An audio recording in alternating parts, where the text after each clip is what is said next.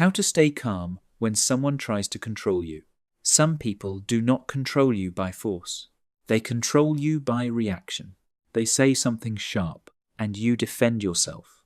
They question your loyalty, and you over-explain. They act disappointed, and you feel guilty.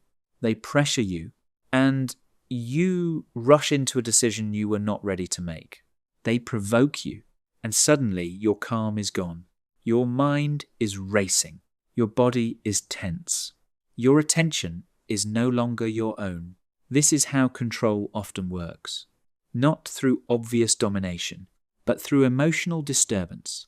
Someone learns what makes you anxious, what makes you angry, what makes you feel guilty, what makes you afraid of being misunderstood. Then they press that button, and if you react automatically, they have moved you. Welcome to 10-Minute Books, the channel where we break down the world's most powerful books into practical lessons you can apply in everyday life. Today, we explore a powerful idea through 3 major books by Robert Greene: The 48 Laws of Power, The Laws of Human Nature, and The 33 Strategies of War. Together, these books reveal a difficult truth. The person who controls your emotional state can often control your behavior. So if you want to stay free, you must learn to stay calm when someone tries to pull you into reaction. Robert Greene repeatedly shows that power is not only about what you do, it is also about what you refuse to do. Refuse to panic. Refuse to explain too soon. Refuse to react on command. Refuse to let someone else's emotion become your instruction. This does not mean becoming cold. It does not mean suppressing every feeling. It means creating space between emotion and action, because inside that space you recover choice. The first principle is to recognize provocation. Provocation is not always loud. Sometimes it is a small comment. I thought you were more reliable than that. You are being selfish. You are overreacting. Everyone else understands except you. You have changed. These sentences are designed to do more than communicate. They are designed to move you, to make you defend yourself, to make you prove your goodness, to make you feel guilty, to make you abandon your boundary. The strategic mistake is responding too quickly. You hear the accusation and immediately enter the frame. Now you are trying to prove you are not selfish, not difficult, not ungrateful, not disloyal, but the moment you enter that frame, the other person has shaped the conversation. Greene would tell you to pause. Not every accusation deserves a defense. Not every emotional hook deserves your attention. Sometimes the strongest response is simply noticing what is happening. This person is trying to make me react. That awareness alone changes your position. The second principle is to slow your body before you answer. Calm is not only a thought, it is physical. When someone pressures you, the body reacts first. The chest tightens, the jaw clenches, the breath becomes shallow, the mind starts rushing. And if you speak from that state, your words often serve your fear instead of your judgment. Before you answer, slow down, breathe, unclench your body, relax your shoulders. Let there be a pause. You do not need to fill every silence. You do not need to reply at the speed of pressure. A calm pause can be more powerful than a clever response. It tells your nervous system that this is not an emergency, and it tells the other person that you are not easy to rush. The third principle is to separate tone from truth. Some people use emotional intensity to make their point feel more valid. They raise their voice. They sound hurt. They act offended. They speak with certainty.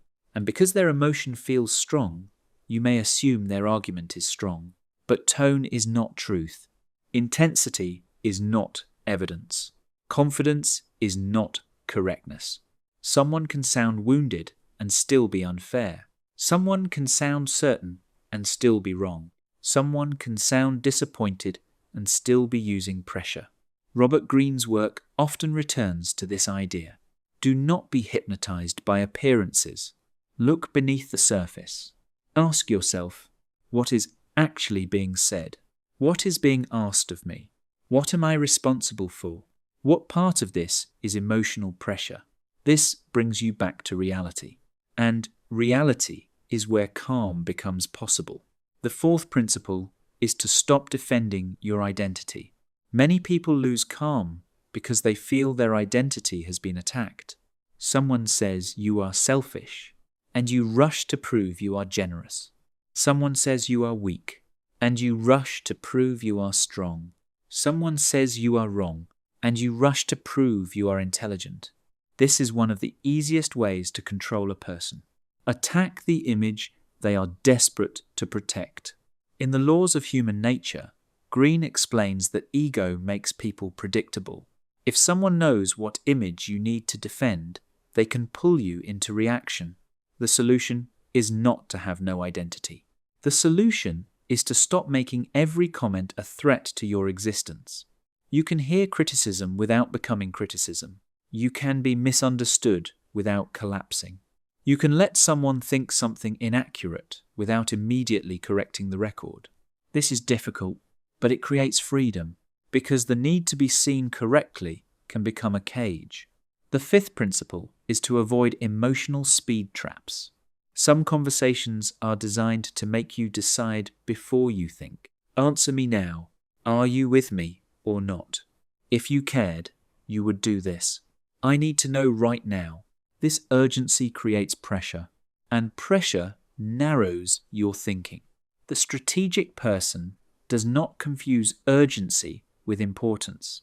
If something truly matters, it usually deserves more thought, not less. You can say, I am not deciding right now. I need time to think. I hear you, but I will not answer under pressure.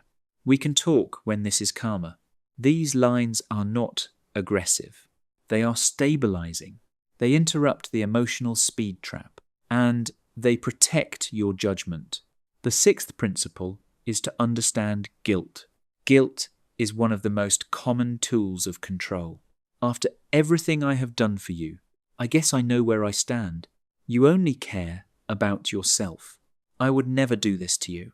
These statements are powerful because they make you question your own morality. You start asking, am I being cruel? Am I being ungrateful? Am I a bad person? But guilt is not always proof of wrongdoing. Sometimes guilt is simply the pain of disappointing someone who expected access to you. A boundary can feel guilty and still be right. A no can feel uncomfortable and still be necessary. Someone else's disappointment does not automatically mean you have failed. The calm person learns to sit with guilt without obeying it immediately. This is emotional strength. The seventh principle is to watch the pattern. Anyone can lose control once. Anyone can speak poorly once. Anyone can have a difficult moment. But patterns reveal character. What happens every time you disagree? What happens every time you say no? What happens every time you ask for space? What happens every time you stop making yourself convenient? Do they respect the boundary? Or do they punish you for it? Do they talk honestly? Or do they twist the conversation? Do they take responsibility? Or do they make your reaction the issue? In the laws of human nature, Greene teaches us to study repeated behavior, not isolated words. People reveal themselves through patterns. Your calm becomes stronger when you stop being confused by each individual incident and start seeing the larger structure. The eighth principle is to refuse the invitation to chaos. Some people do not want resolution. They want emotional control. They want you upset, defensive, explaining, chasing, apologizing, reacting, because when you become chaotic, they feel powerful. The mistake is believing you must match their energy. If they raise their voice, you raise yours. If they accuse, you counterattack. If they provoke, you escalate. But then you are no longer choosing your behavior.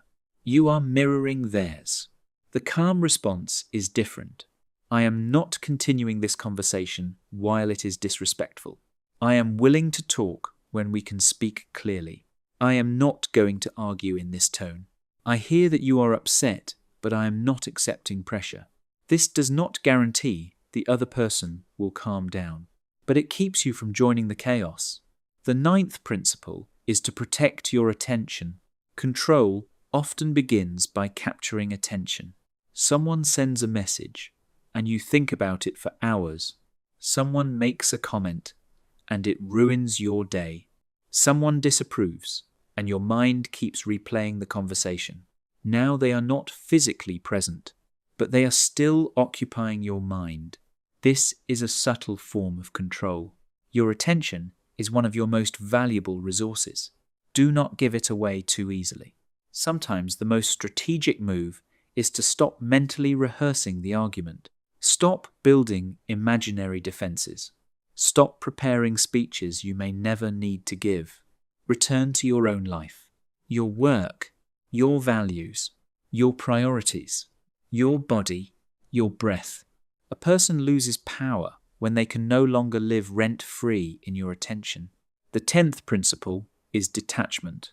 Detachment does not mean you do not care. It means you are not controlled by the need for a specific reaction. You can care about someone and still refuse pressure. You can listen without surrendering judgment. You can love someone without obeying their moods. You can be open to feedback without becoming emotionally owned by criticism. This is the balance. Neither cold withdrawal nor emotional slavery. In The 33 Strategies of War, Greene often emphasizes the importance of perspective. When you are too emotionally close to a situation, everything feels urgent. But when you step back, you see more clearly. You notice the pattern, the motive, the timing, the pressure, the opening. Detachment gives you distance. Distance gives you perspective. Perspective gives you choice. The 11th principle is to know what you will not negotiate. Calm becomes easier when your values are clear. If you do not know your boundaries, pressure will define them for you. Before conflict happens, decide what matters. I will not be rushed into important decisions. I will not accept disrespectful communication. I will not apologize just to end tension. I will not betray my values to keep approval. I will not argue with someone committed to misunderstanding me. These private rules create inner structure, and inner structure creates calm, because every situation no longer has to be invented from scratch. You already know where you stand. The 12th principle is self-control before influence. Many people want to control the other person, make them understand, make them stop, make them apologize, make them respect the boundary. But the first victory is internal. Can you control your own reaction? Can you pause before answering? Can you feel anger without becoming cruel? Can you feel guilt without surrendering? Can you feel misunderstood without over-explaining? Can you feel pressure without obeying it? Robert Greene's lesson is clear. The person who cannot govern themselves will always be vulnerable to those who understand their emotions. Self-control does not solve every conflict, but it prevents you from becoming the easiest part of the conflict to manipulate. So, what does this look like in real life? It looks like pausing when someone pushes. It looks like breathing before responding. It looks like saying, "I need time to think." It looks like refusing to explain a boundary endlessly. It looks like noticing when guilt is being used as pressure. It looks like leaving conversations that become disrespectful. It looks like choosing calm over the need to win immediately. And perhaps most importantly, it looks like not letting someone else's emotional storm become your inner weather. The final insight is this: people do not only control you by telling you what to do, they control you by making you feel unable to stay centered. They make you anxious, then offer relief if you comply. They make you guilty, then offer approval if you surrender. They make you angry, then blame you for reacting. But once you see the pattern, something changes. You no longer confuse pressure with truth. You no longer confuse guilt with responsibility. You no longer confuse provocation with urgency. You pause. You observe. You choose. The question then becomes, what emotion makes you easiest to control? Anger, guilt, fear, the need to be understood, the need to be liked. Because the moment you understand the hook, you become harder to pull. That was how to stay calm when someone tries to control you. Explored through the 48 laws of power, the laws of human nature, and the 33 strategies of war by Robert Greene. Which idea resonated most with you? Recognizing provocation, refusing emotional speed traps, or protecting your attention? Let us know in the comments. And if you enjoyed this breakdown, make sure to like, subscribe to 10-Minute Books, and turn on notifications so you never miss our next deep dive into powerful ideas. Because real calm is not the absence of pressure. It is the ability to remain yourself when pressure is applied.